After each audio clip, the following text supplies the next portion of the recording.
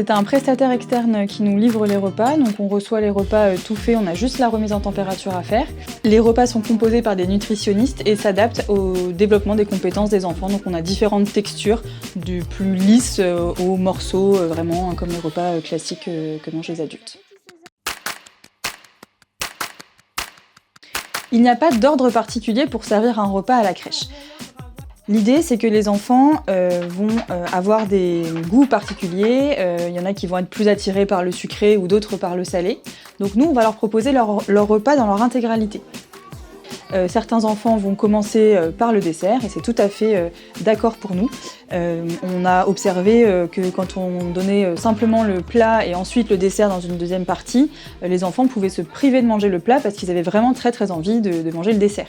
Et du coup, le fait de pouvoir tout donner en même temps permet que les enfants sont acteurs et choisissent l'aliment qu'ils veulent manger.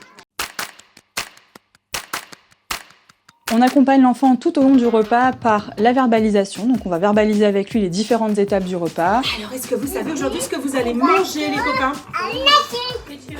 Et valoriser le fait qu'il découvre les différents aliments. L'acquisition de l'autonomie, c'est quelque chose qui se fait progressivement. Un enfant va passer d'un moment de biberon, où c'est l'adulte qui va être acteur du repas, à devoir manger seul. Et donc, entre deux, forcément, ça va prendre plusieurs semaines, plusieurs mois, et c'est à nous, en tant qu'adultes, de les accompagner dedans, de verbaliser et surtout de les valoriser pour leur donner confiance en eux et confiance en leurs capacités qu'ils vont acquérir petit à petit. Donc forcément, ça va passer par une petite période de lâcher prise où nous, on va devoir accepter que le moment du repas, ils vont se salir les mains parce qu'ils vont manger d'abord avec les mains, mais cependant, il y a quand même un cadre à la crèche. Donc le rôle des professionnels va être de rappeler aux enfants les règles de la crèche. Par exemple, on ne mange pas dans l'assiette d'un copain. Donc le cadre va être aussi sécurisant pour l'enfant car il va savoir ce qu'il peut faire ou non.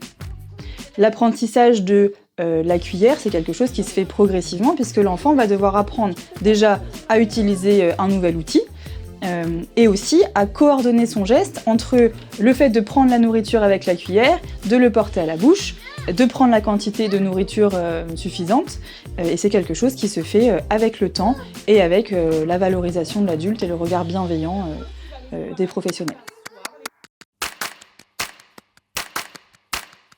En crèche, nous avons un matériel adapté pour la prise du repas du jeune enfant. Donc nous avons des petites tables et des petites chaises qui permettent à l'enfant d'être bien installé, donc il va devoir bien être assis, avec les pieds au sol et un appui du dos. Donc ça, c'est pour les enfants qui savent s'asseoir tout seuls. On ne met pas un enfant dans une position qu'il ne maîtrise pas lui-même. On a également du matériel adapté en termes de vaisselle, donc des cuillères qui permettent une bonne prise en main et une bonne prise des aliments. Au début, les repas vont être pris à bras. Et petit à petit, quand l'enfant commence à montrer de l'intérêt pour la nourriture et pour le contenu de l'assiette, on va lui proposer de prendre son repas dans une poire, ce qui permet à l'enfant d'être assis, de ne pas être entravé dans ses mouvements et d'être en communication toujours avec l'adulte en interaction individuelle. Ensuite, quand on observe que l'enfant montre un intérêt particulier encore pour le contenu de son assiette et qu'il est en capacité de s'asseoir seul, on échange en équipe sur la possibilité de passer l'enfant à table. Est-ce qu'on le sent prêt? Est-ce qu'on le sent intéressé par le fait de manger avec les autres copains à table? Et on va lui proposer le repas à table sur le matériel adapté. Donc on va avoir un passage sur des tables plus petites avec des chaises plus petites. Et puis ensuite, ce sera le repas avec les grands sur les grandes tables.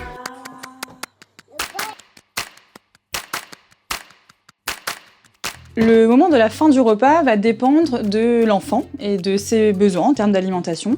On respecte la sensation de satiété de l'enfant et on ne force pas un enfant à terminer son assiette s'il n'en a plus envie.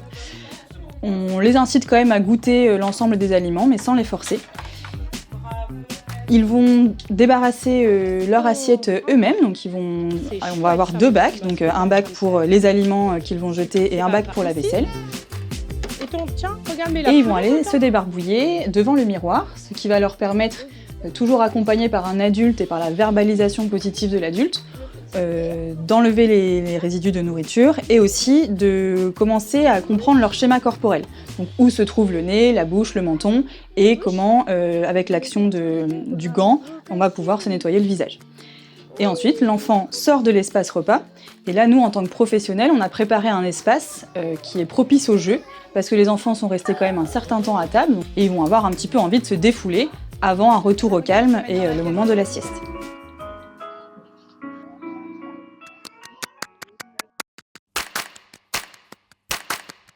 C'est vraiment un moment de relation entre eux.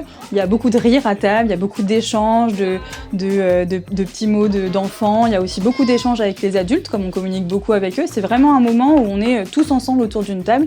Et un petit peu comme dans le cadre familial, c'est un moment de plaisir pour tout le monde et vraiment un moment de partage.